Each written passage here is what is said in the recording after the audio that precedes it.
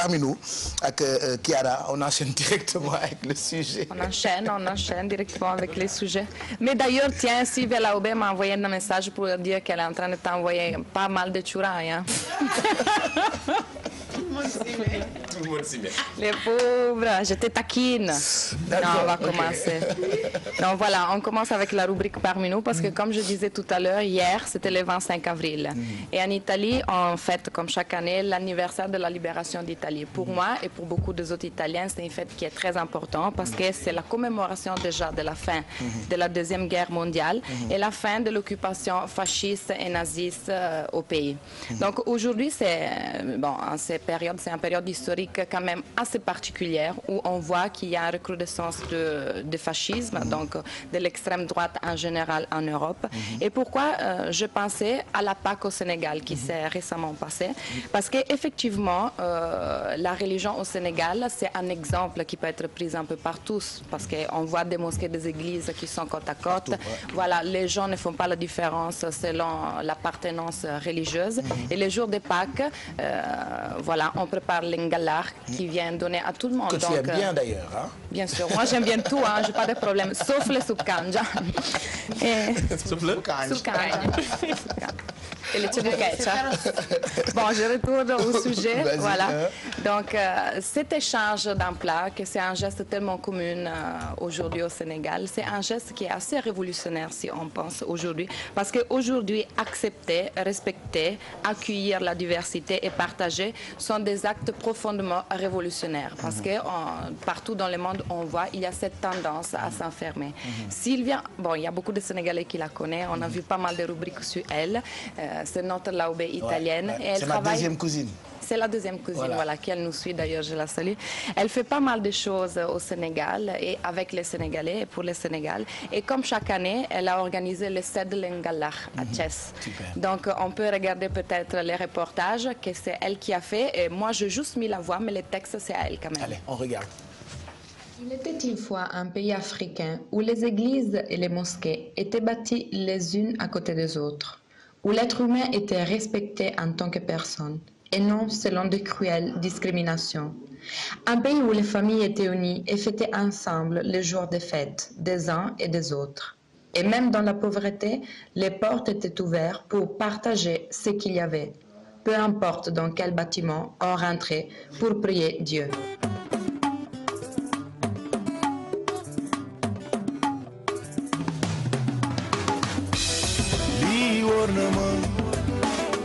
Sénégal de benn bopp la yéen ñun ñëpp a bokk benn gaal diine yëpp a jëm fa Yàlla.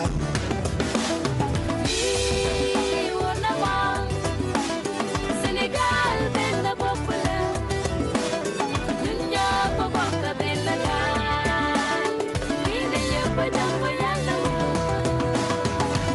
Yàlla fonk nañu moom. L'engalar est le gâteau préparé par les familles chrétiennes pour les jours saints de Pâques. Il est offert à tous, aux parents, aux amis et même aux inconnus, parce qu'un jour de fête est un jour de fête. Aujourd'hui, nous allons l'offrir à ceux qui ne peuvent pas en avoir ou à ceux qui ont des difficultés à en avoir, à tous ceux qui méritent de fêter, peu importe leur religion, peu importe s'ils portent un voile ou une croix. Ça, c'est le Sénégal et ça, c'est le CEDLE, le partage de tous et pour tous.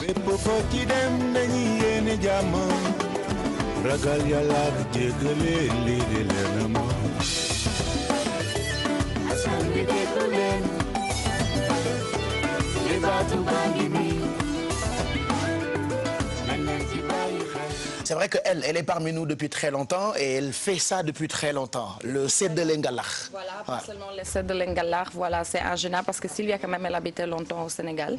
Donc c'est une vraie Sénégalaise en fait. Voilà, vraiment beaucoup plus que moi hein, pour certaines choses. Et donc elle a commencé, elle a créé voilà une entreprise parce qu'elle a dit je pouvais ouvrir ou créer une association mais c'était pas mon but parce que aller venir amener quelque chose ça n'amenait rien pour elle selon elle au pays. Mais c'était beaucoup plus important temps créer quelque chose qui pouvait donner un travail aux gens. Parce qu'elle a dit c'est très important aujourd'hui, le travail donne la dignité aux gens. Donc un travail qui peut donner aussi des moyens qui sont suffisants pour vivre bien, donc pas de petits salaires. Donc il y a cette collaboration entre elle et beaucoup des artisans sénégalais, donc beaucoup de produits qui sont exportés en Italie. Elle a créé une page Facebook et un site qui s'appelle Sénégal Market, où c'est très intéressant qu'elle parle de la culture et de la tradition sénégalaise. Si Pape Samba, il peut m'aider avec les photos, il y a des photos qui montrent un peu sa page, comme vous pouvez le voir. Voilà, elle parle des plats, comment on prépare. Elle parle de l'actualité, par exemple, hier c'était la journée de la malaria, donc elle parle de ça. Après encore des plats, donc les plats traditionnels sénégalais, la culture. C'est le fait qu'elle soit italienne et qu'elle parle de ces recettes sénégalaises. Il y a beaucoup de Sénégalais qui la suivent. Par exemple, entre les gens qui la suivent, sont vraiment beaucoup. Il y a quand même une grande partie des Européennes. Et elle parle aussi en Wolof, elle écrit en Wolof. Il y a des gens qui apprennent le Wolof à travers sa page, à travers elle. En fait. Et il y a aussi beaucoup de Sénégalais qui la suivent parce qu'ils adhèrent à son projet. Parce qu'une grande partie des bénéfices qui sont faits sont utilisés au Sénégal pour des projets comme le set de l'Engala qui a été fait à Thiès.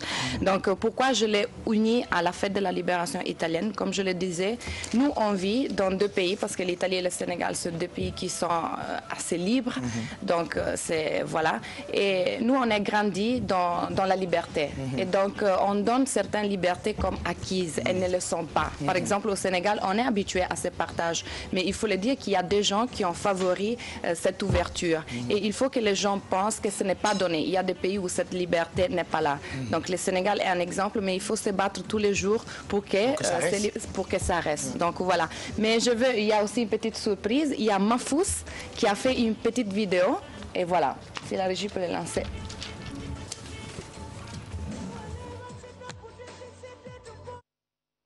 Bonjour, bref, salam alaikum, c'est Marfous. Ouais, aujourd'hui j'ai fait cette vidéo pour soutenir le projet Sénégal Market de leur grand acte noble. Quel est leur grand acte noble? Du fait que ngeen jël ngalax dem ci ay koñ di ko distribuer ay talibé ngalax dafa neex may ko talibé tiyaaba la. Du fait que ngeen jël ay yëre aar yu rafet di ko sol ay artistes yëre bees dafa neex solo ko artiste sansem la. Du fait que man mi nga xamante ne dajuma fan ngeen may jël di ma solal ay yëre am xàpp. Du fait que tamit ngeen jël liggéey di ko jox liggéey koo xamante ne amul liggéey sans pour autant mu xam ne yow yaay patron. Du fait que tamit ngeen ñëw ñi di liggéey ak yéen ngeen def benn famille bokk famille ak ñoom mais loolu dafa neex.